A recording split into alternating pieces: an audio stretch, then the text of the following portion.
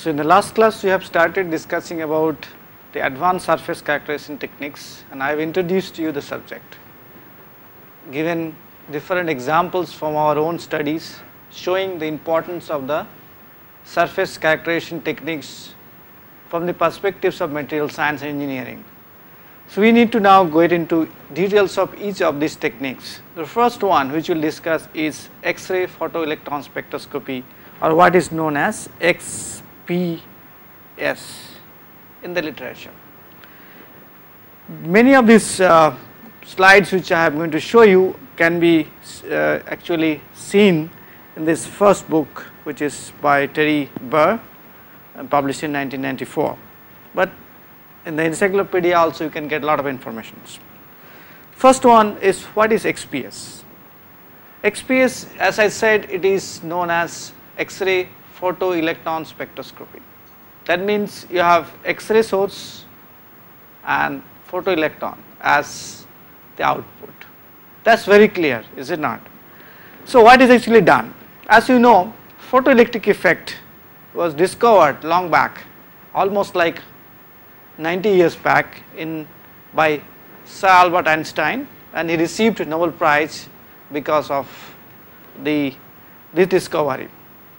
In the photoelectric effect, normally if a photon of certain energy, suppose h nu, falls on a photoelectrically sensitive material, the photoelectricity is generated because of the production of electrons. That is what is shown in the first slide. You see there is a light source with energy of the photon quanta, which is coming as energy of h nu, and this can actually eject out electrons from the photoactive elements, and that can produce electricity. Fine. So that same thing can be used to make photoelectron spectroscopy. The source which can be used in the photoelectron spectroscopy is not the photon but an X-ray. So this was done by K. Sackman and he received Nobel Prize after 60 years of Einstein's discovery. Both of these two scientists are from Germany, and Sackman received Nobel Prize in 1981 for the discovery of this. So what is done here? You have an X-ray photon coming from an X-ray source. It can be any actually X-ray source like copper or nickel or chromium or iron, and this X-ray photon falls on a certain, suppose, molecule. Here is an oxygen or certain atom, actually oxygen atom, and then because of its high energy it ejects one electron from the inner cell, that is 1s cell of the oxygen atom, and this electron comes out. This electron is basically oxygen 1 electron, photo ejected electron, and we can use this electron to study different kinds of behavior, different kinds of aspects of this spectroscopy. That is what is the basic principle of the technique in a nutshell, what I can say you. So, and as I said in the last class also, this is known as ESCA, electron spectroscopy for chemical analysis, but it has different acronyms like XPS, X-ray photoelectron spectroscopy, or UPS if you use ultraviolet as a source of energy, ultraviolet photoelectron spectroscopy, or you can use a photo light like photo, so which can lead to emission of electrons, then it is called a photo emission spectroscopy. But we are going to discuss these two mainly.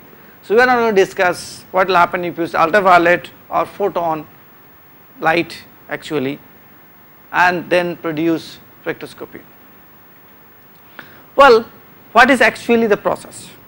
What is actually the analytical methods? Let us show it in terms of energy diagrams. What I am showing here is basically energy levels of certain atom.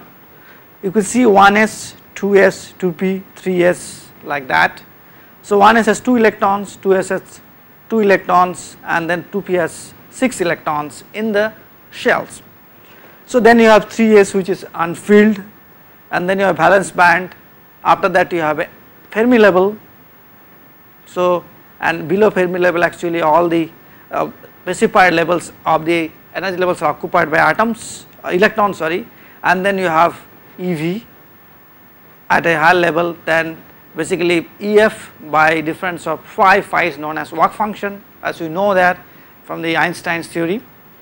So this is what is called kinetic energy, this is what is called binding energy. Now if a photoelectrons or X-ray actually comes and falls on this atom and it ejects suppose one of the electrons in a 2p shell, and this electrons then has sufficient kinetic energy to travel through this valence band and even pass the Fermi level and come out, this is known as photoelectron. So we can calculate the kinetic energy of the photoelectron as h nu, which is the incident energy of the photon, minus EB, EB is basically the binding energy, plus phi is the work function. So this is work function, you know, and EB is basically binding energy. That is how we denote. So that means the binding energy is the energy with which this electron is bound to the nucleus. So that means XPS spectrum basically can always plot the energy or the intensity of the photoelectrons I versus either the binding energy, that is EB, or the kinetic energy. They are related, as you can see. Phi is that work function for a material is well known. H nu is the energy of the incident X-ray, that is also well known. So therefore the two things which can vary is the Ke or EB, depending on which atom, which electron you are ejecting out. So that is why the XPS plots basically will be intensity versus either EB, that is the binding energy, or kinetic energy. That is how the plots are made. Now what all we can do with this? This is basically the principle which I told you, that is how things are actually happening inside a material. And as you know, why it is called surface characterization tool, as you know, this electron, photoelectron which is coming out from the sample will have energies, something kinetic energy not very high. So therefore if it is ejected deep inside the sample, then this electron may not be able to come out from the sample surface and we cannot analyze. That is why we use surface actually characterization, this technique is used for surface characterization tool. Now what all we can do? We can do elemental identification obviously, because we know what is the exact energy of the electron which is coming out. So we can categorically say which element is present. We can actually even tell chemical state of the element, that is whether it is a oxidized, reduced, what kind of state it is, or it is a neutral. We can actually measure the electric composition of the constituent in the surface region, and we can actually obtain valence band structure. In fact nowadays we can actually do mapping of different elements present on the surface, in the surface. So therefore lot of things can be done in the XPS, that is why XPS is considered as a versatile tool. Now before I get inside into the other things of XPS, let me just explain a little bit about what is Auger, because Auger is also used in the purpose. Let us see what can be done in Auger. So this is what is this. The first picture is basically correspond to the XPS, as you see K electron, K's level L1, L2, 3m, then the Fermi level, then the vacuum level, that is EV, and these two are differentiated by work function. Okay, so now an X-ray falls and eject electron comes out, this whole thing is known as XPS, right. Now in this case the last picture, the last basically schematic diagram, what is happening? If you see, if this becomes vacant by ejecting the electrons out by the X-rays, and higher level electron, higher level means suppose at L1 level electron can fall back into the K level and thus releasing certain energy. When this comes to this, some energy is released, and this energy then can be used to knock out an electron at a higher, much higher energy level, that is L2, 3. This electron will have sufficient or little bit of kinetic energy, not as high as the XPS electron, X-ray photo ejected electron, but it will have certain energy. This electron is known as Auger electron. So therefore, in a nutshell, I can say Auger electron production is totally different from the X-ray photoelectrons spectroscopy. Here basically jump of the electron from a higher level to lower level leads to production of certain other energy h nu 1, which can basically eject another electron from L23 cell, and that electron comes out from the sample surface is known as Auger electrons. So obviously the kinetic energy of this Auger electron is much lower than the XPS. That is why Auger spectroscopy is always done from the region near to the sample surface. You cannot actually probe little inside the sample surface, while the XPS can be used to probe the sample surface which is deeper compared to Auger.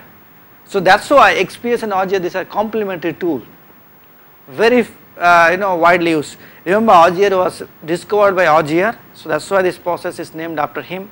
We are going to discuss this Auger spectroscopy in detail, so let us not talk about this right now, but for the sake of your understanding I am just going to tell you what is Auger spectroscopy. Now let us go back to the XPS again. In XPS, binding energy reference is done like this. Let us do that. Suppose this is a sample, they have a core electrons, then you have binding energy. Binding energy means this is what the electrons are there. Then this is as a Fermi level, as I said, EF, and there is a work function. Then you have a vacuum energy level. Okay. So once the X-ray falls, it basically crosses the binding energy, then Fermi level, then this work function comes out. That is how actually you get kinetic energy of the XPS as this h nu minus BF minus phi of the sample. So and that is basically then if in a case a spectrometer, what happens? There is a vacuum level, then there is a spectrometer work function. So this needs to be subtracted.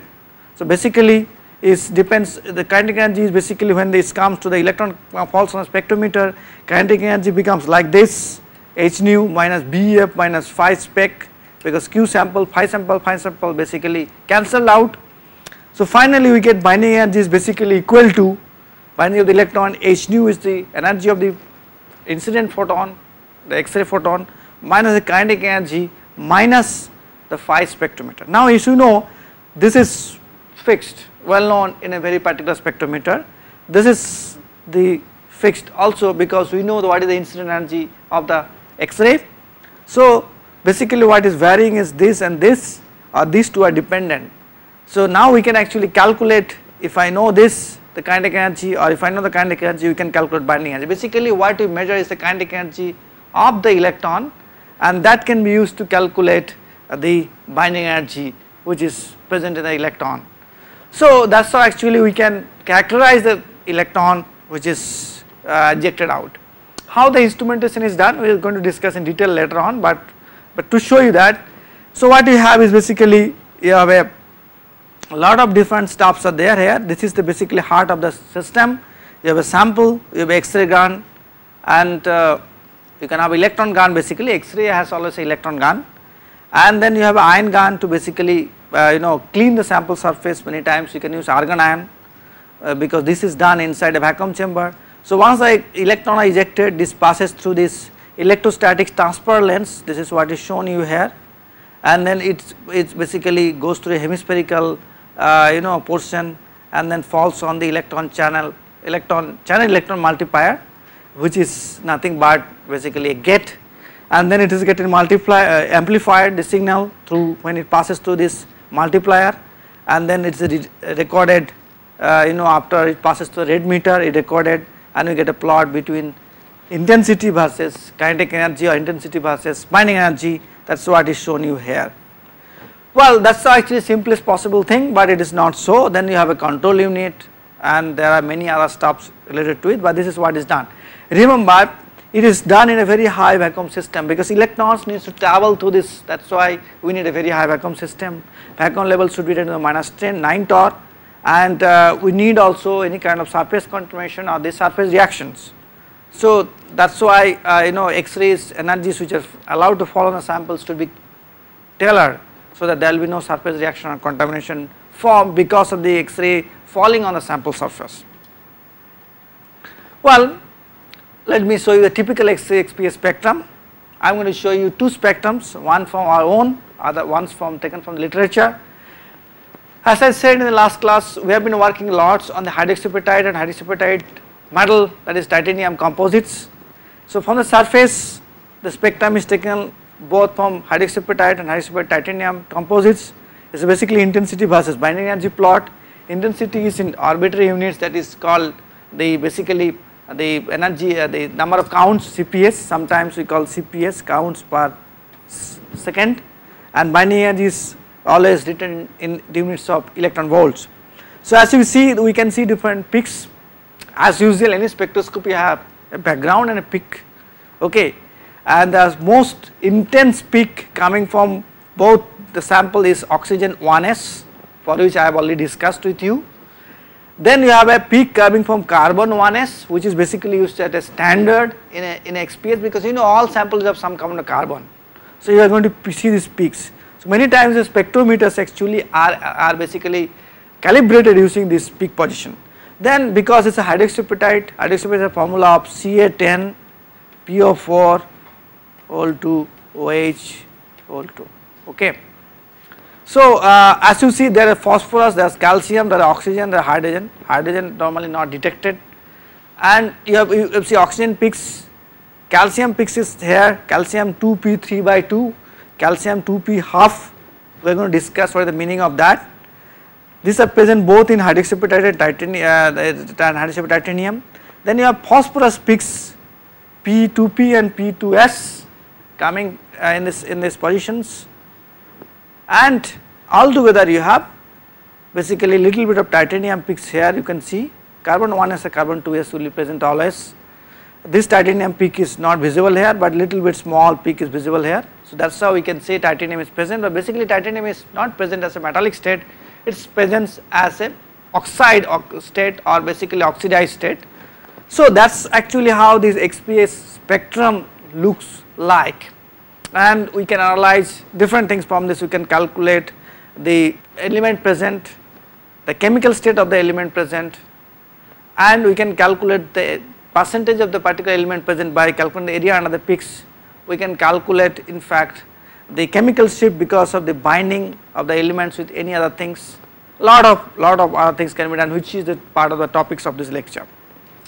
Typical XPS spectrum for indium phosphide 110 surface. As you see here, you see only indium and phosphorus peaks. You see indium 3s, indium 3 1 by 2, this is 3p 1 by 2, this is 3p 3 by 5, 3d 3 by 2, this is 3d 5 by 2, okay, this is 3 by 2. This is phosphorus peaks will always have a high binding energy than the indium, as you know. Phosphorus 2s, phosphorus 2p, indium 4p, indium 4d. So indium has 3s, 3p, 3d, 4p and 4d. Phosphorus has 2s, 2p peaks, which is clearly detected, and then you have a background in this. That's how actually the peaks, the spectrum looks like. I hope things are clear in your mind how XPS works and how the spectrum looks like, because we are going to use this spectrum. Now to give you more idea, let us look at a very high atomic number elements like uranium and talk about binding energies and the ionization cross sections. This is binding energy versus ionization cross sections. As you see here, different kind of energy levels are there. You have 4p 2 spins 1.5 and 3 by 2, 5d 3 by 2, okay, 5d 3 by 2 is small also there, and this is different, then 5p half, 5s and 5d. On the other hand, f levels are there also, so f 5 by 2, f 7 by 2.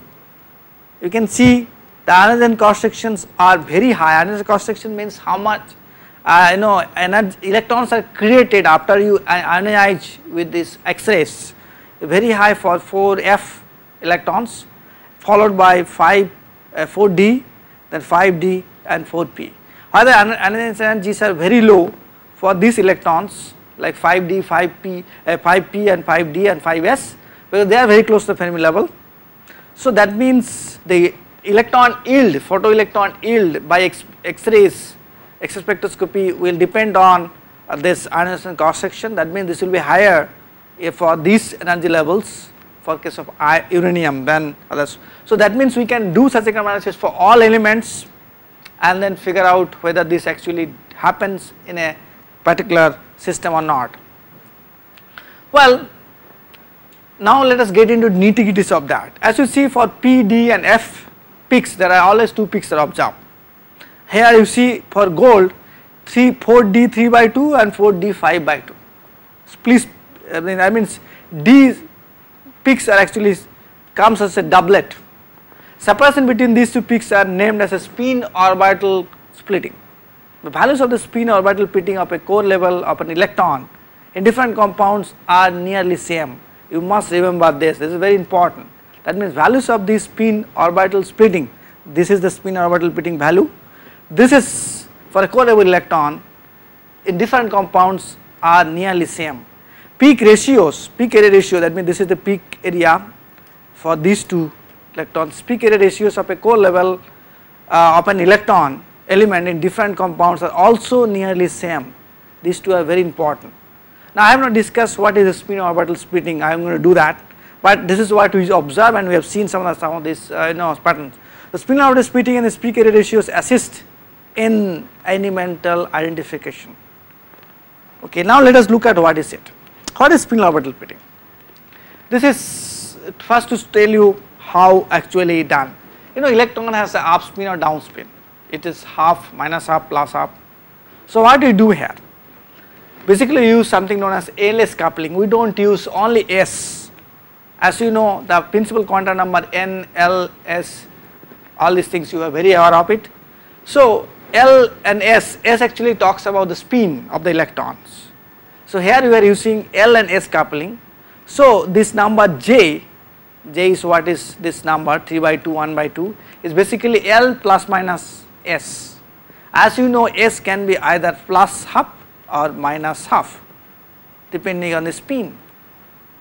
So if you have this kind of situations, one up and down, so one is up is called plus half, down is called minus half. So in this case when it is up, it is basically J equal to L plus half. If it is down, the J is equal to L minus half. Okay. So first one, the way peaks are noticed is first is the principal quantum number 2p. Okay.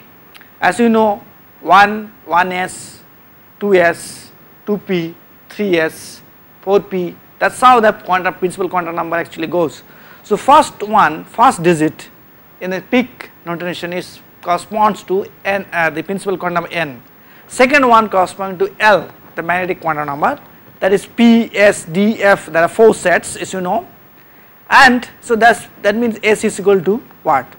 Is basically S is equal to 0, P equal to 1, D is equal to 3, F equal to 3. Sorry, D equal to 2, F equal to 3. So that means P is equal to 1. So it's 2 corresponding to n, principal quantum number n, P corresponds to what? 1. Then if it is 1 plus half, that is the electron is up spin, then it's positive, so it's become 1 plus half equal to 3 by 2, correct. So that is what is shown here. When L equal to 1, that is for P cells, either it is P 1 by half or P 3 by half. If it is P 1 by half, that means P 1 minus half, 1 is basically L and minus half is basically down spin. So that is what is that, and then here it is P 1 plus 1 half, that is 3 by 2. So 1 is corresponding to the L, P equal to 1, that is this magnetic quantum number, azimuthal quantum number, not magnetic quantum number, sorry, azimuthal quantum number, and half is basically coming from up spin. So it has been found that area ratios, that is what have been discussed, of these 2 peaks will be 1:2. That means 3 by 2 will be double area, having double area than the 2. Now D, will D correspond to L equal to 2, right. So if L equal to 2, so that means D, it will be 2 minus half, that is D 3 by 2, where minus half is corresponding to down spin, right, and otherwise it will be 2 plus half, then half plus half corresponding to up spin. This is how actually we are designating area ratios of these 2 spin orbital splitting is 2:3, and then F correspond to L equal to 3. So L equal to 1 for P, L equal to 2 for L, PD, and L equal to 3 for F. So as you see, 3 minus half will be 5.5, so that becomes downspin electron, and 3 plus half will be 7/2, that is upspin electron. Area ratios of these two peaks after splitting will be 3:4. So in a nutshell, this slide is, that's why it's very important for you to understand. In a nutshell, we can actually obtain spin orbital splitting information in XPS, and this is how things are designated, this is how things are actually, peaks are marked in the XPS spectrum. Now let us look at how we can use this for gold. Gold has it has 4s, 4p, 4d, 5s, 4f, 5f and 5p electrons. So what are they? The binding energy for electron is 763, this is what is there, 763. 4p half, that is downspin, is basically 643, this is 1. 4p 3/2 half spin, it is 547. You see the area ratios are 1:2, this is 2:1. Then 4d you have a 3/2, that is downspin, this d is corresponding to 2, L equal to 2, so therefore L 2 minus half is 3/2, this is what is that, this is coming around 353 electron volts binding energy, and 5/2 will come 335, they are very close by. Area ratio is about how much? It's about 2:3. Now if you look at 4f, so 4f has 88 and 84 as a binding energies, this is the one, very close by, 88, 84. So 5/2 is 3 minus half downspin, and 7/2 is 3 plus half upspin, area ratio is 3:4. Then you have 5p, others many times are not observed. 5f and 5p is 5p is observed, 5f is very close, so it is not observed, but not seen. Now we can actually use this area ratios for quantitative analysis, that is what was done. In this case we have used aluminum K alpha as a X-ray source. So in case of AGR, if you look at it, the binding energies for say, I am not discussing here but I will discuss later, is N0 is 1116 electron volts, N5, N6, N67, we need to discuss, let us not discuss about this part right now, once we come back to AGR we will discuss. So first let us see how we can identify peaks, just like X-ray diffraction, here we can identify peaks. So what is the general method? First is check peaks position and relative intensities of 2 or more peaks, both in case of XPS and AGR lines of an element. Checks the spin orbital splitting and area ratios of PDF. First thing is the peak position and relative peak intensities or 2 or more peaks, that is what you should do. Second thing is the spin orbital splitting of our area ratios. So let us see the following things. Here it is basically the plot is showing for aluminum and silicon. You see this is coming for aluminum 2s, so we can actually know the peak position for Ta2s, what is the binding energy. So binding energy can be calculated.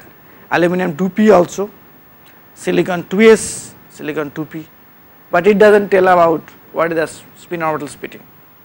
Okay, so to do that, whether it's 2p half or 2p 3/2, one has to look into the area ratios. So as you can see, this is aluminum 2p, so therefore this will be 2p half and this will be 2p 3/2, this will be 2p 3/2, this will be the small one will 2p 3/2. Silicon is also like that, one can detect. And if you scan the whole thing, there are many peaks. First thing is this, you can find oxygen, carbon, chlorine, silicon, nitrogen, all aluminum, sodium, so many peaks are observed. So that is what they done by just checking the peak positions. Second thing which you must know before even proceed further is what is the sampling depth, how much information is coming from what to the till what kind of depth of the sample. So normally this is again we use the same formula like X-rays, because it is axial penetration only, but electrons coming out after generation from the sample surface.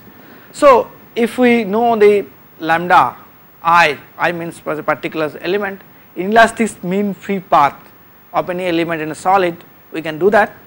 So for a electron intensity of I0 which is created inside the sample at a depth d below the surface, the intensity is attenuated according to the Beer-Lambert law.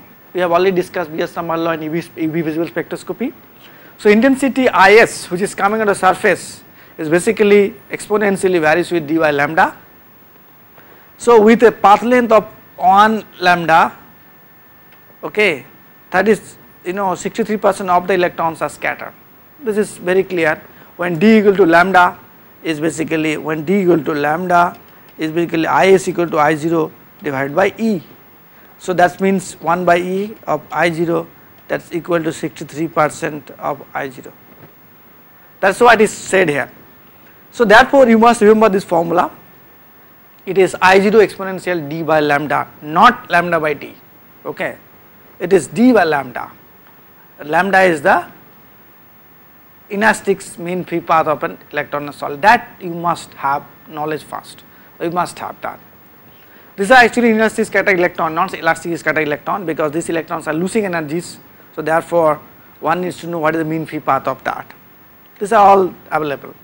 Sampling depth is identified as the depth from which 95% of all photoelectrons are scattered by the time they reach the surface, correct. So it is the depth from which 95% of all the photoelectrons are scattered by the time they reach the surface.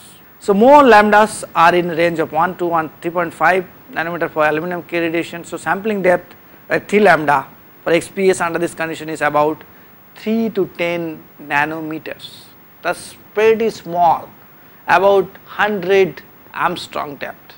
You cannot get more than that. So if you have monolayer of 30 Armstrong, okay, this is how I actually get, this is the depth in nanometers electromagnetic energy. As you see here, depth is very high, this is 100, this is 1000. As you say, this is depth is high, when you have binding energy is less, that's obvious, there will be more kinetic energy of electron. As the binding energy reduces, kinetic energy will be more, so it will be coming out. As the binding energy increases, it also decreases, but for a very high binding energies, again there is a increase. That is because of the effect which is different from the inelastic scattering. This is basically universal curve. So lambda actually depends on the kinetic energy of photoelectrons and the specific elements. This is that. So as specific element means what type of element it is, that is basically they dictates the binding energy. So now after knowing all these things, because you know sampling depth now, we know how the peaks to be identified, let us see how quantitative analysis can be done. Now in XPS instrument, measurements are accurate to the level of plus minus 10%. It is not very accurate, error is approximately 10%. The intensity which is coming out of sample surface is a function of Ni, sigma I, lambda I, k. What is Ni? Ni is the average atomic concentration of element I in the surface under analysis. That is what actually we want to measure. I, the intensity of electrons peak can be measured very easily. Ni is the average atomic concentration, that is our variable, or that is what is actually want to measure. So sigma I is what? Photoelectron cross section. It basically is called Schofield factor expressed by any peak position P. Lambda I have already discussed is the inelastic mean free path of photoelectron, and K is all the other factors dumped in, like for quantitative assessment. You know EDS, how many other factors dumped in. In EDX actually there are factors like atomic number, difference, the fluorescence, all these factors are dumped in a particular parameter. Same way K has all the other factors. So basically, frankly speaking, intensity depends on the concentration of the element, photoelectron cross section of the element, and the inelastic mean free path of the photoelectron. These three factors. K is normally constant for any experiment. So as if you know if this is measurable, if you know these two parameters, we can calculate Ni. That is what is the quantification done. Now how to measure this I? That is what actually errors comes in, and that actually propagates into the analysis.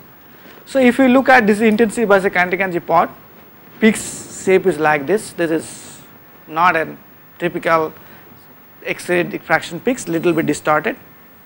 So one has to remove the background to calculate peak height. If you fit the background like this one, this is wrong. If you fit the background like this is also not best. The best one is to fit the background like this. That means background fitting is very important. So the standard measure on this sum instrument or full expression about the accuracy can be done if you have a standard, but reproducibility is always very high here for 2%. So worst cases in this measurement is this, best one is this, these are the middle. That is why actually the human error comes into picture, because it depends on how the measurement of the area depends on how you perceive the peak. Second important thing which one needs to consider for measurements of this quantum measurement is called transmission function, which is basically related to the detector efficiency. So this is nothing but detection efficiency of an electron energy analyzer, which is a function of electron energy. Transmission function depends on parameters of the electron energy analyzer such as pass energy. To give you an idea, if I have pass energy of 80 electron volts, and this is the the energies of the beam current, and this is done for gold after sputtering. As you see, the peak height here is this much, but when you have a pass energy of 20 electron volts, peak height is this much. So that means the peak height or the area under the peaks get affected by the pass energy. Pass energy basically the energy which is used in the detector to energize to get to the electrons can be detected very easily. So this is what is basically dependent on the machine.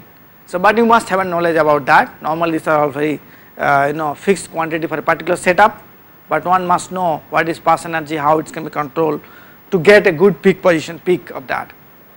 Now what is Schofield cross section factor A?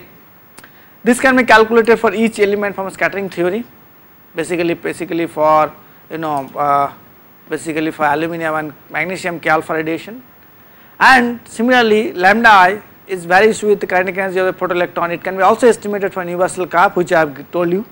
Universal curve is this one, this is the one, this is lambda I. This can be used to calculate all the lambda i's of different elements.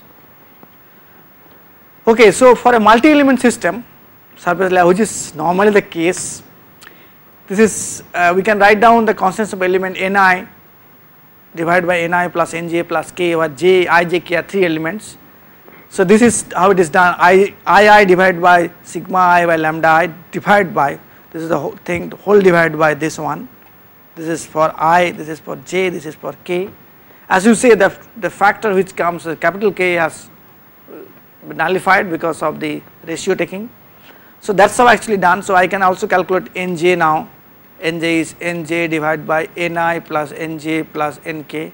Similarly Nk can be calculated. Let us see how these are done. Some examples. For oxide surface, that is oxygen metal atomic ratios determined for corresponding intensities. MgO pelletized. One OS O2s by metal is basically Mg here, 2p, ratio is this much, plus minus 10%. Okay. Now Al2O3 is also like that, SiO2 calculated, Cu2O. These are the different oxygen atoms, oxygen energy levels divided by metal energy levels, ratios. So these are the measurements actually tells us how quantitatively intensities can be correlated.